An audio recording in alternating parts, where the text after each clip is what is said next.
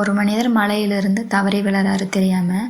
அப்படி விழும்போது தற்செயலாக என்னென்னா பாறையின் விளிம்பில் வந்து ஒரு வேர் தெரிஞ்சிட்டுக்குது. அந்த வேரை கைப்பற்றுறாரு. அப்படி பிடிக்கும்போது அவர் கை விட்டுட்டாருன்னா ரொம்ப அடியாழத்துக்கு வந்து கீழே போயிடுவார். அந்த சமயம் வந்து கடவுளை வென்றாரு. ஆனால் அவர் வந்து முதல்ல கடவுள் மேலே நம்பிக்கையே கிடையாது. கடவுளை நம்பவே மாட்டார். கடவுள் என்னை காப்பாற்று அப்படின்னு சொல்லி சொல்கிறாரு. கடவுள் வந்து தோன்றாரு. வானத்திலிருந்து தெரியுது அவனுக்கு. கடவுள் என்ன சொல்கிறாங்கன்னா, நீ தான் என்னை நம்பவே மாட்டேயே, இன்றைக்கி மட்டும் என்ன நம்புற அப்படின்னு சொல்லி கேட்குறாங்க. அதுக்கு அந்த மனிதர் என்ன சொல்கிறாருன்னா, உங்களை நான் முழுசாக நம்புகிறேன் அப்படின்னு சொல்லி சொல்கிறாங்க. கடவுளை எனக்கு நம்பிக்கை இல்லை அப்படின்னு சொல்லி சொல்கிறாங்க. அதுக்கு அந்த மனிதர் என்ன சொல்கிறாங்கன்னா, உங்களை தவிர யாராலையும் முடியாது, நீங்கள் தான் என்னை காப்பாற்றி ஆகணும், காப்பாற்றுங்க அப்படின்னு சொல்லி சொல்கிறான் அந்த மனிதன். அதுக்கு கடவுள் சரி உன்னை நான் காப்பாற்றுறேன் அப்படின்னு சொல்லி சொல்கிறாங்க.